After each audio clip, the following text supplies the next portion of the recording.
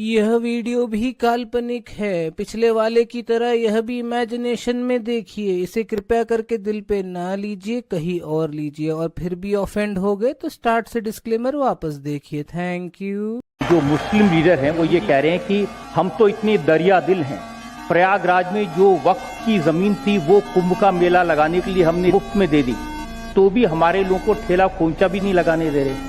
इतनी बड़ी संख्या में यहाँ पे स्ट्रीट वेंडर्स आए हैं, दुकान वाले आए हैं, कोई किसी की जाति पूछ रहा है? कोई नहीं पूछ रहा है। और दरियादिली दिखानी है तो थोड़ा काशी पे दिखाइए, मथुरा में दिखाइए और संभल में दिखाइए ना। प्रयागराज में दरियादिली दिखाने की आवश्यकता नहीं। प्रयागराज का दिल तो बहुत बड़ा है। प्रयागराज को जो लेना था ले चुका है और प्रयागराज आगे भी ले लेगा। मैं चुनौती देता हूं कि मेरा इस प्रकार का कोई इंस्ट्रक्शन हो नियुक्ति के मामले में। रेल मंत्रालय और रेल मंत्री पद बहुत छोटी चीज है। मैं राजनीति से निकलकर बाहर जाने को तैयार हूं।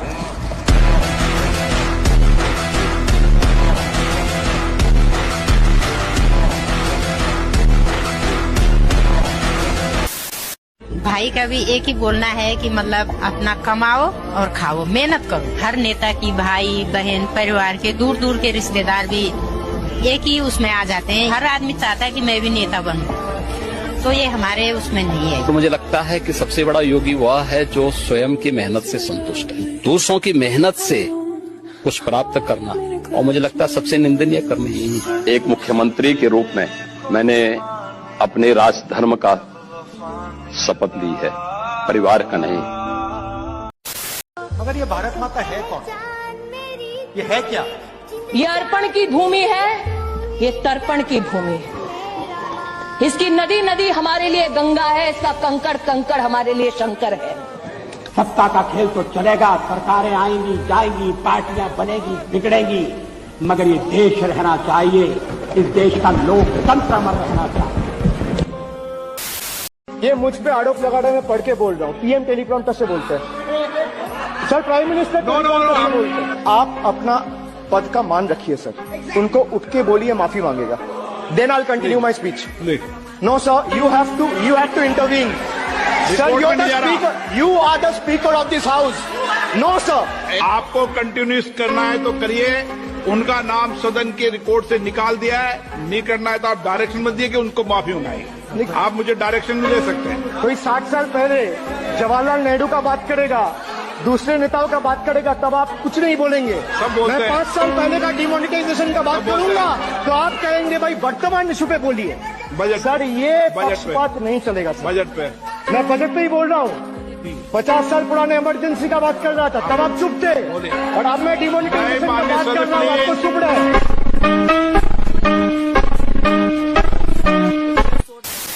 इतना जल्दी हो सके उत्तर प्रदेश से हटाओ सीट से योगी जी को, तुरंत हटाओ वहाँ से। योगी जी क्या करना चाहिए? अरे भैया, उनको दिल्ली में लाओ, वहाँ कोई काम नहीं है उत्तर प्रदेश में। वो कोहिनूर है, कोहिनूर, पहचानिए उनको। योगी जी जो है ना 24 कैरेट खारा सोना है, शुद्ध सोना है, उनके अंदर में कोई मिलावट नहीं है। हिंदू हृदय सम्राट है, उनको दिल्ली में लाइए, सोना का सिंहासन प्रतीक्षा कर रही है।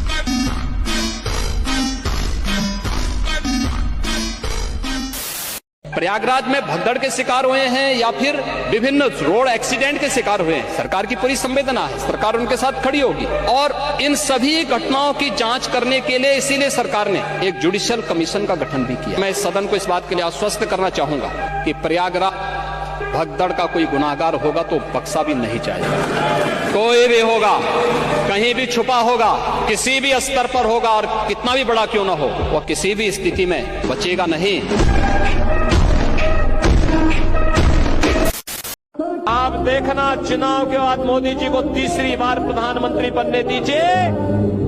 अगले 6 महीने के अंदर आप देखेंगे कि पाक अधिकृत कश्मीर भी भारत का हिस्सा हुआ। छत्रपति शिवाजी महाराज पूरे भारत के अंदर उन्होंने जिस तेज को लहराया था, उस कालखंड में सोचिए, औरंगजेब की सत्ता को चुनौती देते थे। औरंगजेब को उन्होंने तड़पने और मरने के लिए ऐसा छोड़ दिया कि आज तक कोई पूछ नहीं रहा।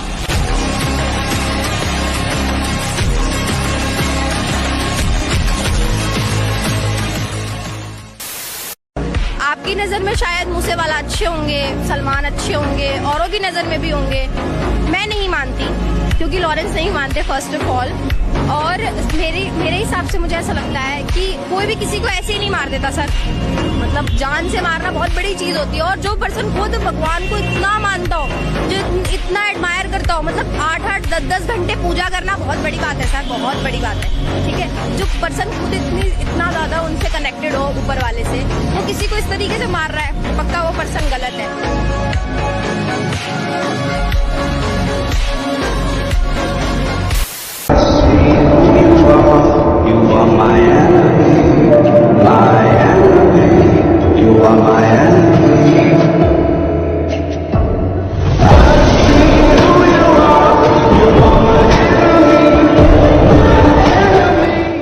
के लिए फिलहाल इतना ही। आपकी तरह मैं भी मायूस हूं, लेकिन उम्मीद पर दुनिया कायम है।